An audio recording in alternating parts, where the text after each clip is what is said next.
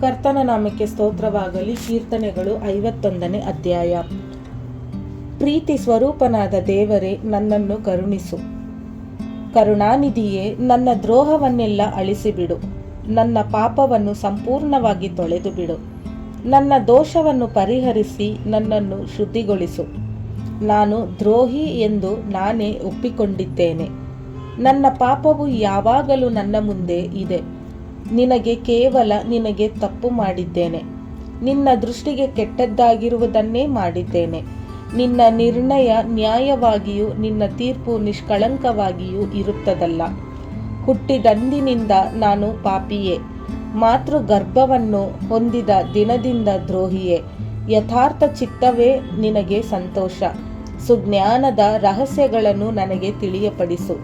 Hyssop ಗಿಡದ ಬರಲಿನಿಂದ ನೀರನ್ನು ಚಿಮಕಿಸಿಯೋ ಎಂಬಂತೆ ನನ್ನ ಅಶುದ್ಧತ್ವವನ್ನು ತೆಗೆದುಬಿಡು, ಆಗ ಶುದ್ಧನಾಗಿರುವೆನು. ನನ್ನನ್ನು ತೊಳೆ, ಆಗ ಹಿಮಕ್ಕಿಂತಲೂ ಬೆಳ್ಳಗಾಗುವೆನು. ನನ್ನಲ್ಲಿ ಸಂಭ್ರಮೋತ್ಸವದ ಧ್ವನಿ ಉಂಟಾಗುವಂತೆ ಮಾಡು, ಆಗ ನೀನು ಜಜ್ಜಿದ ಎಲುಬುಗಳು ಆನಂದ ಪಡುವವು. ನನ್ನ ದೋಷಕ್ಕೆ ವಿಮುಖನಾಗು, ನನ್ನ ಪಾಪಗಳನ್ನೆಲ್ಲ ಅಳಿಸಿಬಿಡು. ದೇವರೇ, ನನ್ನಲ್ಲಿ ಶುದ್ಧ ಹೃದಯವನ್ನು ನಿರ್ಮಿಸು. ನನಗೆ ಸ್ಥಿರ ಚಿತ್ತವನ್ನು ಅನುಗ್ರಹಿಸಿ ನನ್ನನ್ನು ನೂತನಪಡಿಸು. ನಿನ್ನ ಸನ್ನಿಧಿಯಿಂದ ನನ್ನನ್ನು ತಳ್ಳಬೇಡ. ನಿನ್ನ ಪರಿಶುದ್ಧಾತ್ಮವನ್ನು ನನ್ನಿಂದ ತೆಗೆಯಬೇಡ.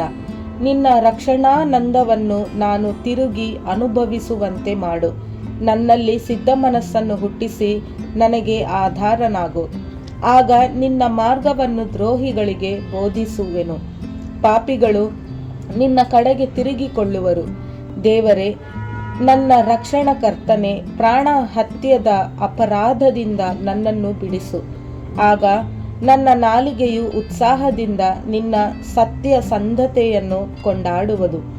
ಕರ್ತನೇ, ನನ್ನ ಬಾಯಿ ನಿನ್ನನ್ನು ಸ್ತೋತ್ರ ಮಾಡುವಂತೆ ನನ್ನ ತುಟಿಗಳನ್ನು ತೆರೆಯ ಮಾಡು. ನಿನಗೆ ಯಜ್ಞಗಳಲ್ಲಿ ಅಪೇಕ್ಷೆಯಿಲ್ಲ, ಇದ್ದರೆ ಸಮರ್ಪಿಸೇನು. ಸರ್ವಾಂಗ ಹೋಮಗಳಲ್ಲಿ ನಿನಗೆ ಸಂತೋಷವಿಲ್ಲ. ಕುಗ್ಗಿದ ಮನಸ್ಸೇ ದೇವರಿಗೆ ಇಷ್ಟಯಜ್ಞ. ದೇವರೇ, ಪಶ್ಚಾತ್ತಾಪದಿಂದ ಜಜ್ಜಿಹೋದ ಮನಸ್ಸನ್ನು ನೀನು ತಿರಸ್ಕರಿಸುವುದಿಲ್ಲ. ಚೀಯೋನ್ ಪಟ್ಟಣವನ್ನು ಕಟಾಕ್ಷಿಸಿ ಅದಕ್ಕೆ ಶುಭವನ್ನುಂಟು ಮಾಡು. ಯೆರೂಸಲೇಮಿನ ಪೌಳಿಗೋಡೆಯನ್ನು ಕಟ್ಟಿಸು. ಜನರು ನ್ಯಾಯವಾದ ಯಜ್ಞಗಳನ್ನು ಸರ್ವಾಂಗ ಹೋಮಗಳನ್ನು ಸಮರ್ಪಿಸಿ ನಿನಗೆ ಸಂತೋಷವನ್ನುಂಟು ಮಾಡುವರು. ನಿನ್ನ ಯಜ್ಞವೇದಿಯ ಮೇಲೆ ಹೋರಿಗಳನ್ನು ಸಮರ್ಪಿಸುವರು. Praise the lord.